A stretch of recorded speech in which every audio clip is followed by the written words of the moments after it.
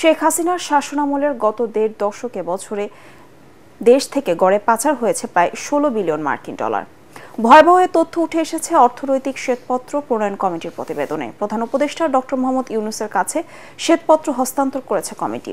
এ সময় প্রধান উপদেষ্টা বলেন, গরিব মানুষের রক্ত পানি করা টাকা আওয়ামী লীগ প্রকাশ্যে লুট করেছে, অথচ স্বৈরাচারের ভয়ে বেশিরভাগ অর্থনীতি পর্যবেক্ষণকারী সংস্থাগুলো তা দেখেও নীরব ছিল। আরও জানাচ্ছেন ইয়াসিন রানা। এলো ভিশন মুশকিল আসান অফার। যে কোনো ব্র্যান্ডের পুরনো ফ্রিজ নিয়ে চলে আসুন ভিশন শোরুমে আর নিয়ে যান নতুন ভিশন ফ্রিজ 20% পর্যন্ত ছাড়।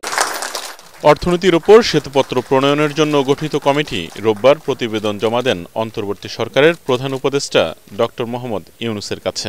এ সময় শ্বেতপত্র প্রণয়ন কমিটির প্রধান ডক্টর দেবপ্রিয় ভট্টাচার্য জানান, শেখ হাসিনার শাসনামলের আর্থিক খাতে ভয়াবহ দুর্নীতি, অনিয়ম ও লুটপাটের যে চিত্র পাওয়া গেছে তা আঁতকে ওঠার মতো। অর্থনীতির এই পরিস্থিতি আসার মূল কারণটা কি, এবং সেই কারণ খুঁজতে গিয়ে প্রথম যেটা বের হয়েছে সেটা হলো যে তথ্য উপাত্ত, বিশেষ করে প্রবৃদ্ধির হার, বিনিয়োগের হার, কর আহরণ ইত্যাদি তথ্য উপাত্তের ভিতরে যথেষ্ট গাফিলতি, কৃত্রিমতা এবং অনেক ক্ষেত্রে উদ্দেশ্য প্রণোদিতভাবে সৃষ্টি করা হয়েছে। শ্বেতপত্র গ্রহণের পর প্রধান উপদেষ্টা বলেন, এটি একটি ঐতিহাসিক দলিল। আওয়ামী লীগ যেভাবে মানুষের টাকা লুটপাট করেছে তা আতঙ্কিত হওয়ার মতো। এটা ঐতিহাসিক দলিল। জুলাই অভ্যুত্থানের অর্থনৈতিক ব্যাখ্যা এর মধ্যে পাওয়া যায়। তথ্যপত্রের ভিত্তিতে এবং বিভিন্ন অংশীজনের মতামত একত্র করে আজকে যে শ্বেতপত্রটি আমাদের সামনে আছে তা শুধুমাত্র অতীত ও বিদ্যমান অর্থনৈতিক পরিস্থিতির মূল্যায়ন করছে না, একই সাথে বর্তমান সরকারের সংস্কারের যে উদ্যোগ নিয়েছে তার ভিত্তিও রচনা করেছে।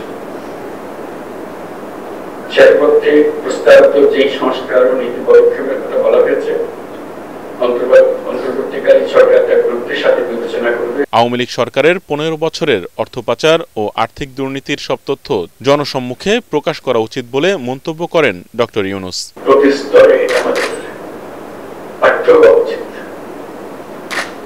যে নিজেকে আবিষ্কার করার জন্য একটা কারণ, কেন আমরা এটা প্রকাশ করতে পারলাম না, আমরা চোখ কেন হারিয়ে গেছি।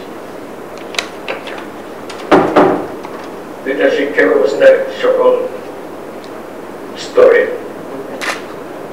কলেজ বিশ্ববিদ্যালয় স্তরের সকল বিষয়ে পাঠ্যকে করতে দরকার, জিনিসটা শুধু বোঝার জন্য। অর্থ পাচারে জড়িত ব্যক্তিদের আইনের আওতায় আনতে বিচার কাজ শুরুর নির্দেশ দেন প্রধান উপদেষ্টা। ইয়াসিন রানা, এটিএন বাংলা, ঢাকা।